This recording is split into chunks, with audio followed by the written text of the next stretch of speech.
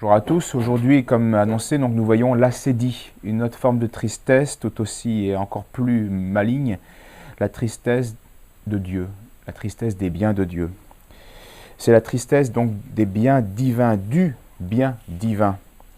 Cette tristesse est accablante pour l'esprit. Elle le jette dans une telle torpeur et bien qu'elle va l'empêcher même de commencer à faire le bien.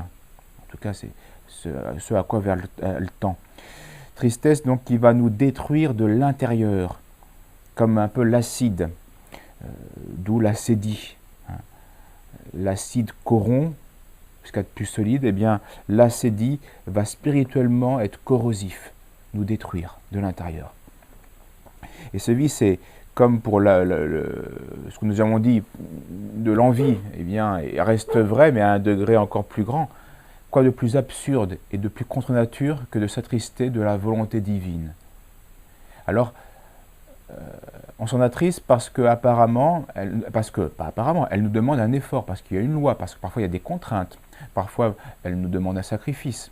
Mais comme un médecin nous demande de faire un geste qui nous fait du mal, mais pour remettre le squelette en ordre, l'image vaut. Et donc s'attrister de Dieu, lui en vouloir, parce qu'il nous a fait mal pour nous remettre en ordre, eh bien c'est en vouloir à un médecin qui nous guérit. C'est stupide, c'est absurde. Eh bien c'est cela, l'acédie. Alors bien sûr, contrairement au médecin qui nous fait mal, puis ensuite, ah oui, merci, ça va beaucoup mieux, on ne constate pas toujours ou immédiatement l'effet bénéfique de la souffrance ou de la loi. Et pourtant, il existe, elle existe. Ces effets existent, évidemment, ce sont des bienfaits. Alors les manifestations de l'acédie sont polymorphes, multiples. Ça peut être parfois la paresse, ça peut être l'ennui, le dégoût, l'aversion, la lassitude, l'abattement, la nonchalance. Tout est très pesant. C'est un peu les symptômes de la dépression. Mais attention, la dépression, c'est un phénomène physique, corporel, usure des nerfs, il faut du repos.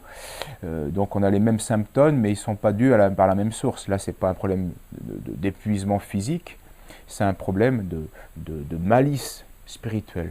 On ne veut plus, on n'a pas envie, on ne veut pas.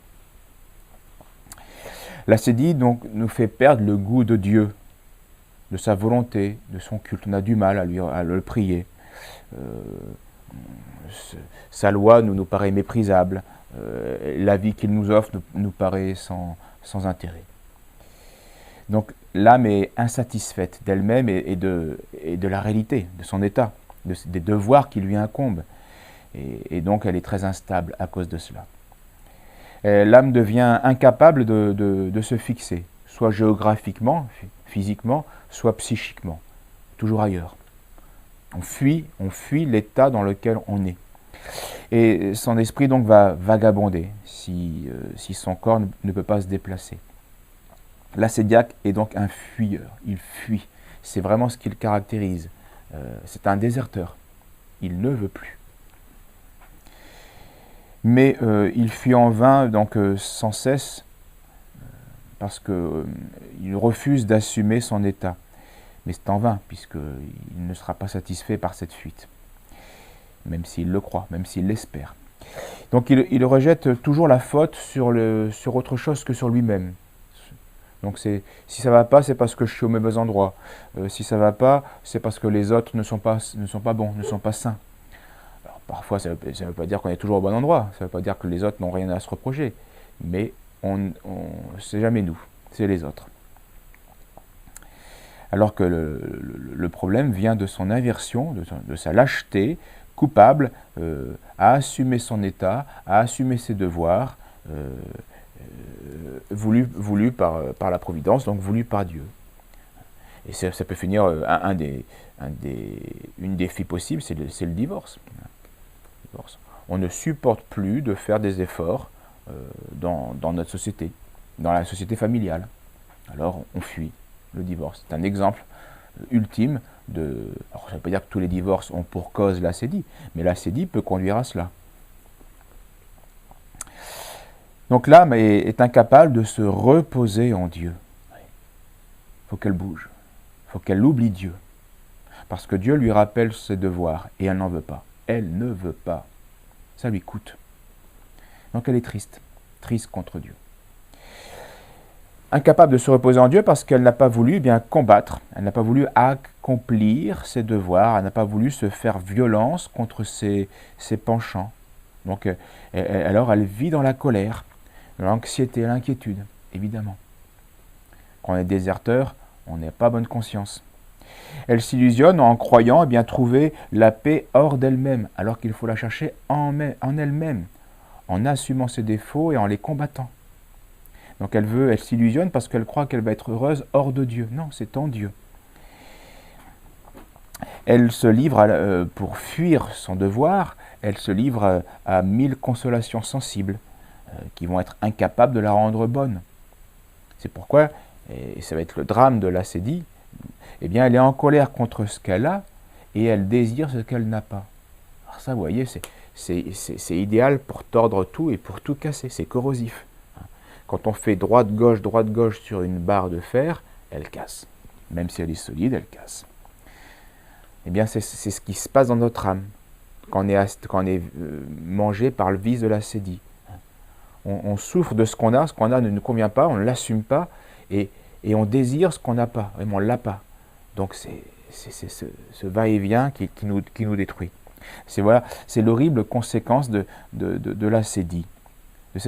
Pour ça, on l'a décrit, c'est pour ça que les pères la décrivent comme une tristesse accablante, quelque chose vraiment de lourd, et qui va nous paralyser. On est comme absorbé par un désir vain. Donc les ascédiaques sont des éternellement insatisfaits, ils sont dégoûtés d'eux-mêmes, des autres, de leur travail, de leur vie, de Dieu, de tout. Ils espèrent un futur idéal qui n'existe pas, qui n'assume pas le présent. L'ascédie nous pousse donc pour justement fuir tout cela, eh bien, à de multiples activités. On s'étourdit, hein, on se déplace beaucoup, c'est très à la mode.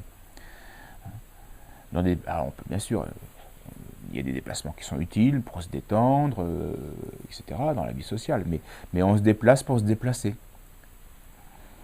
Donc ce n'est pas indispensable, mais c'est juste pour fuir. Ou alors on se livre à des fréquentations sans utilité. Tout ça pour échapper à notre solitude intérieure qui est angoissante. Parce qu'on ne veut pas l'assumer, parce qu'on ne veut pas assumer la violence qu'on doit se faire.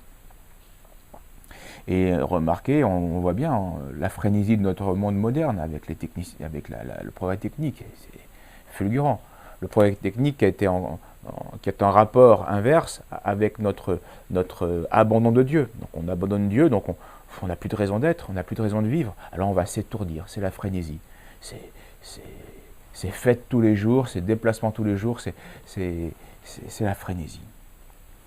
En réalité, eh bien, ces ascédiaques ne font que se détourner d'eux-mêmes, de leur vocation qu'ils refusent, de leur devoir d'être spirituel, de leur nature, de leur destinée, de leur vocation divine. Bref, ils se détournent de Dieu. Parce que ça coûte, oui, parce que ça demande un effort.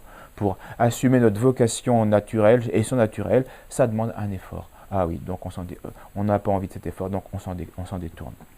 Et on voit Dieu comme un mal. Dieu qui nous demande cet effort. Là, on est triste. Tristesse des biens divins. L'ascédie. Donc l'ascédiaque, c'est une âme qui se néglige, qui se laisse aller, aussi bien dans l'esprit que dans la volonté. Et cela engendre le vide, l'ennui dans l'âme. Les pères affirment que l'ascédie est le plus pesant de tous les vices, le plus accablant de toutes les passions, la plus terrible. Et remarquez, c'est aussi la plus inconnue. Quand on vous parle de la tristesse de Dieu ou de l'ascédie, c'est quasiment inconnu, même dans le monde religieux. Parce que depuis l'humanisme, depuis le XVe siècle, on a effacé Dieu de nos mémoires. C'est même plus un bien. L'orgueil est tel, l'apostasie est telle qu'on ne voit même plus Dieu comme un bien. Il n'existe même plus pour certains. Donc ce vice n'existe pas. Et pourtant, les effets, eux, existent bien, parce que la cause existe. On a quitté Dieu. On ne veut plus Dieu. On n'aime plus Dieu. C'est le plus grave des 7, le pire. Il n'y a pas de pire, disent les pères. Elle nous fait goûter elle fait goûter à l'âme l'enfer, déjà ici-bas. Oui, c'est terrible, et c'est logique, on a quitté Dieu, on n'adhère plus à Dieu, on ne se force plus pour Dieu. Parce que, aussi à la différence des autres passions principales, l'acédie n'engendre aucune passion particulière pour la bonne et simple raison, mais qu'elle les produit toutes en condensé en elle-même. Donc cet état de tristesse, eh bien, peut pousser l'âme, et ça fait partie donc toujours péché, un péché capital va produire d'autres vices, d'autres péchés, ça conduit l'âme bien au blasphème. Oui, on n'aime plus Dieu, on l'oublie, on s'étourdit, puis on le voit comme un mal, et on lui en veut. Et comme l'envie des biens d'autrui vont parfois pousser à détruire, à tuer l'autre, le prochain, parce qu'on le voit comme un mal, eh bien on cherche à détruire Dieu. Alors on ne peut pas le détruire, évidemment, c'est notre Créateur, mais on peut tenter de le détruire par le blasphème. Oui, par le blasphème. Ou alors on va se tenter de se détruire nous-mêmes, c'est beaucoup plus facile, et ça on y arrive malheureusement. C'est le suicide, c'est le désespoir. La tristesse, disait saint Paul aux Corinthiens, la tristesse selon le monde produit la mort. Mort de l'âme, et on le voit, mort du corps, parce qu'on ne supporte plus son état. Et on refuse le seul remède possible, se faire violence, rester sur place et faire son devoir. Non, on fuit. Et à un moment donné, eh bien, on fuit la vie. Donc mort spirituelle, mort physique. Et sous l'effet du désespoir, eh bien, parce qu'on est coupé de Dieu, eh bien l'âme, en effet, sera prête à fuir, tout fuir. C'est ce qu'elle a toujours fait, et elle continue malheureusement pour son malheur. Elle a fui son état d'abord dans n'importe quelle passion dissolvante, alors que ce soit la boisson, les femmes, ou le jeu, ou la haine, on s'étourdit, peu importe. Puis un jour, ben non, ça ne suffit plus, et on se fuit. On se donne la mort, on donne la mort à son propre corps. Et c'est là, malheureusement, eh bien, le salaire du péché. Saint Paul le disait, on ne se moque pas de Dieu. Prétendre vouloir être parfaitement heureux sans Dieu, mais c'est impossible. Et c'est le contraire qu'on récolte. Voilà pour ce triste vice, l'acédie. La prochaine fois, nous verrons la colère. Je vous remercie. À bientôt. Au revoir.